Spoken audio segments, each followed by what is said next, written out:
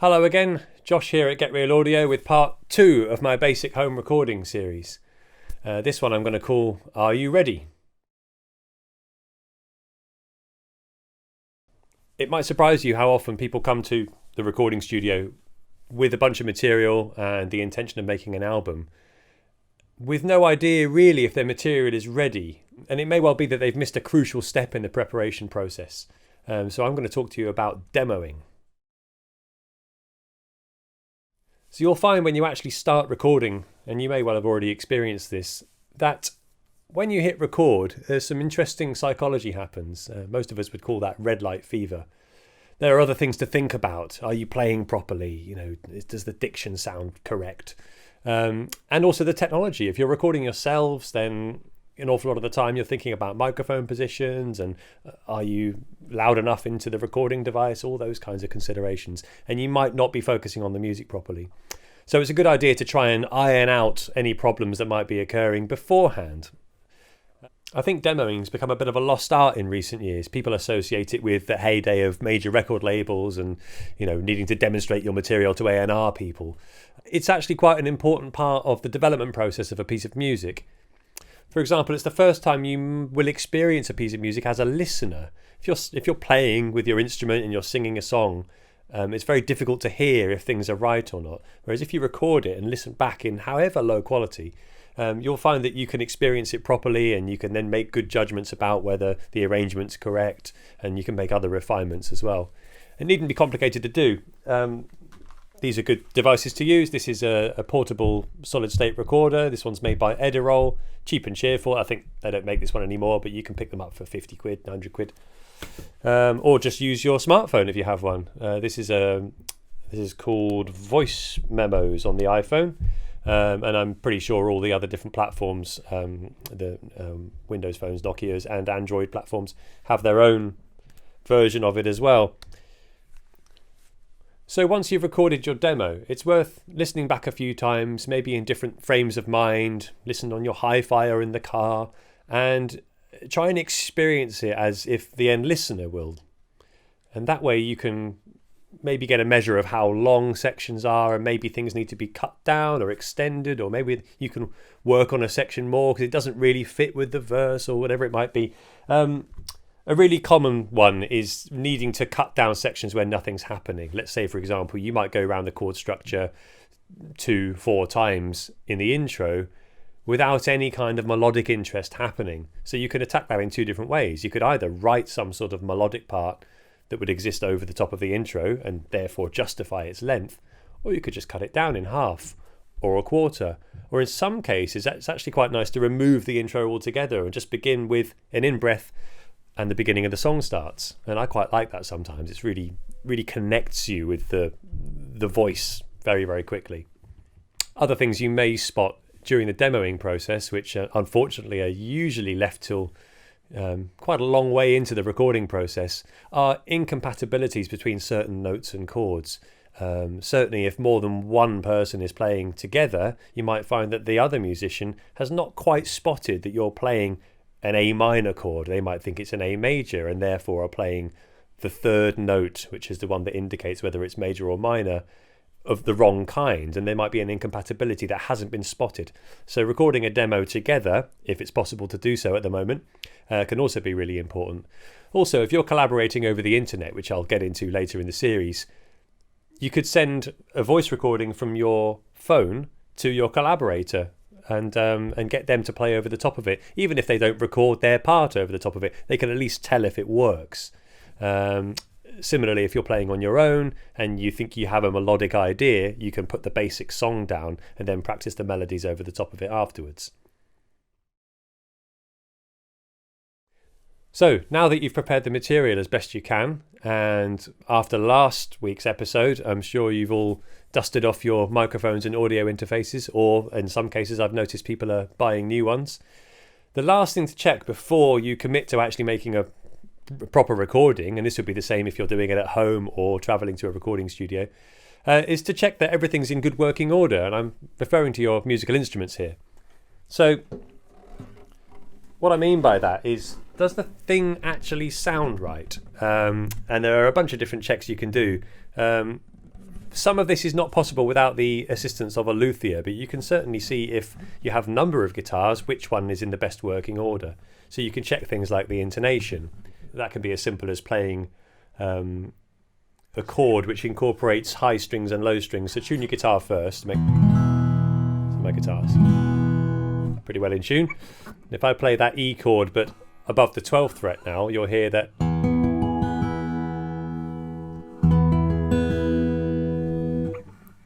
the notes that I'm fretting high up actually sound a little bit sharp compared to the open strings. Now, it's pretty hard to get that bang on, but it may well be that my saddle needs recutting.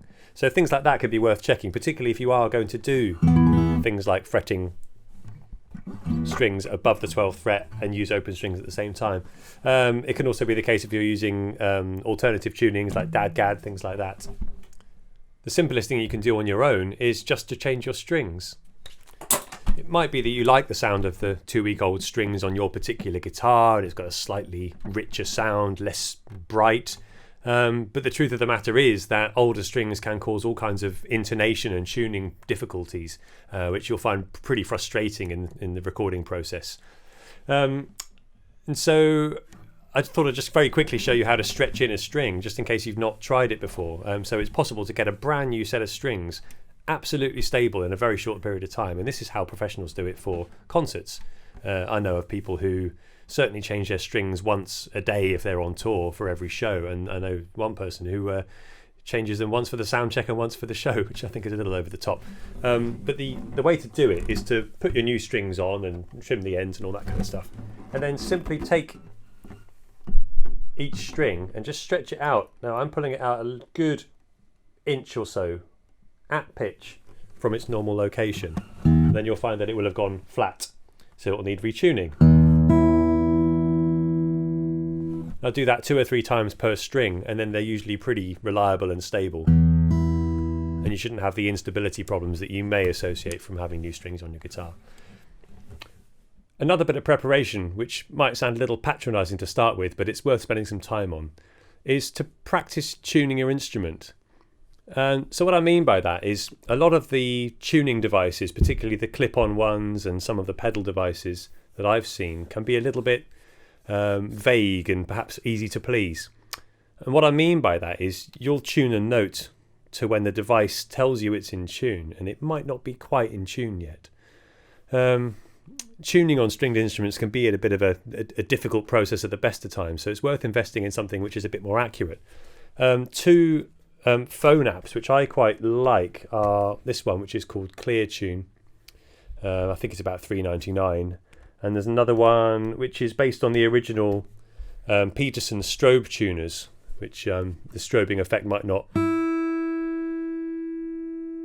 should be moving not at all or very slowly when you're in tune. This is called Peterson iStrobosoft, and I think that's about $9.99, but still a fraction of the price of a a physical device to tune with. So yeah, phone tuning apps can be great. I think there's another one in Guitar Toolkit. There's a bunch of them out there. And so when tuning a string on any stringed instrument, just bear in mind that this little part up here can collect tension if your nut isn't well lubricated. So what you can do is loosen a string, pop the string out of the nut, and just grind a little bit of pencil graphite into the nut, and that will help the strings glide smoothly over the nut. Even then, it's worth tuning up to a note. So just going to get my tuner here. It'll be off screen for a moment, but you'll get the idea. So I'm going to play a note.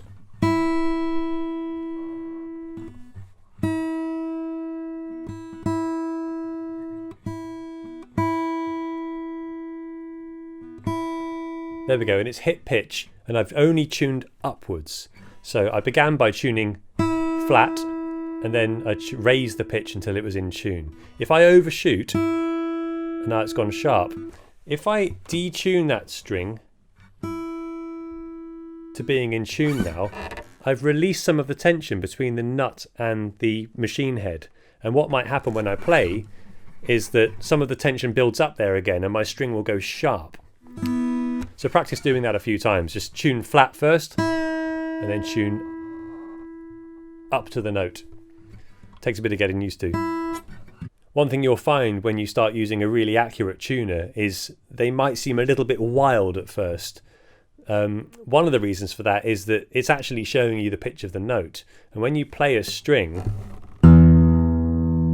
you'll notice by looking at it that the string wavers more when the note is louder, and as it decays it starts to move less and less and less.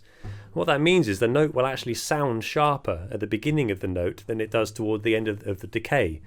And given that if you're playing quite fast, we're only hearing the start of the notes, so it's worth keep re-plucking the note so that the tuner is giving you the response at the beginning of the attack of the note, rather than waiting for, say, now to check your tuning. Mine's gone way flat at this point, whereas at the beginning it's actually slightly sharp at the moment.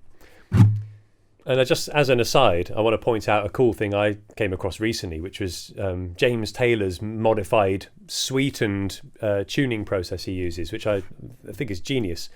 For a long time, I've slightly detuned the lower strings of the guitar because they tend to move wider and therefore sound sharper.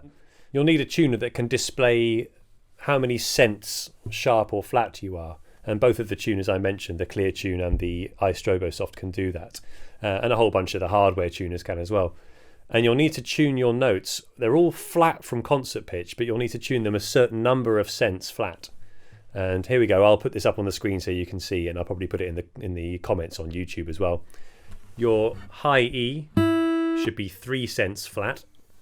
B should be 6 cents flat. G 4 cents flat. The D should be 8 cents flat. A should be 10 cents flat. And the E should be 12 cents flat. And I experimented with this, and it sounds really nice for most root position chordal playing, and when you cap it up as well. Obviously, if you're playing in an altered tuning, you have to find your own sweetened version of this, but I tend to find that the thicker the string, the more flat you'd need to tune it, up to about 12 cents it seems. The very last thing I'll talk about today with regard to stringed instruments is the thing that you're going to make the sound with. And so I'm referring to guitar picks here. Now, I think I heard a violin player once say that you should spend something like a third of the value of the instrument on the bow. So for a £3,000 violin, that'll be a £1,000 bow, but £3,000 is actually not a particularly expensive violin in the grand scheme of things. So a lot of people will think of things like the blue chip picks, which I believe once you get them to the UK are about £25-30 each, or the Wagon picks, which I believe once you get them to the UK are about £12 to £15, and I think they come as a pair, as being an extravagance. But I really believe this is one of the most important factors in shaping your sound, certainly as important as the gauge of strings you use. By the way, heavier strings tend to sound a bit sweeter. Of course, they are harder to play, so you might end up with more buzzes. That's a bit of a trade-off, but do play the heaviest strings you can comfortably manage. So I use all these different picks for different reasons. I can play you the sound of them if you like. This one's really flappy and thin, but sometimes I want to hear the sound of the pick, and that's the kind of pick I'd be using. This one is a really common pick for example, Irish dadgad playing, and this is a 0.6 nylon pick, and it's a really nice clacky sound against the strings, so it adds a percussive, almost shaker-like element to the playing when you're playing in large sweeps and hitting all 6 strings as if they were one. Whereas these heavier picks are really great for picking out individual sounds. So if you're doing an American style flat picking with lots of cross picking techniques built in, then these blue chip or Wagon picks can be really nice. And I've got things like picks made out of different hardwoods in here, which can be really interesting, and very heavy plastic picks, and a whole range of other Dunlop picks. That's all for this session. Next time we'll look at microphones and we'll actually start to do some recording. If you found this useful and you think that others might, please let them know about it and share it and throw it around social media. Thanks to everybody who commented and shared last time. There were some really interesting topics popped up as a result of some of those comments. So I think what I'm going to do is the last video will be like a Q&A type thing. It won't be live, but I'll respond to some of the comments that popped up, and some interesting topics that other people might benefit from hearing about. See you next time.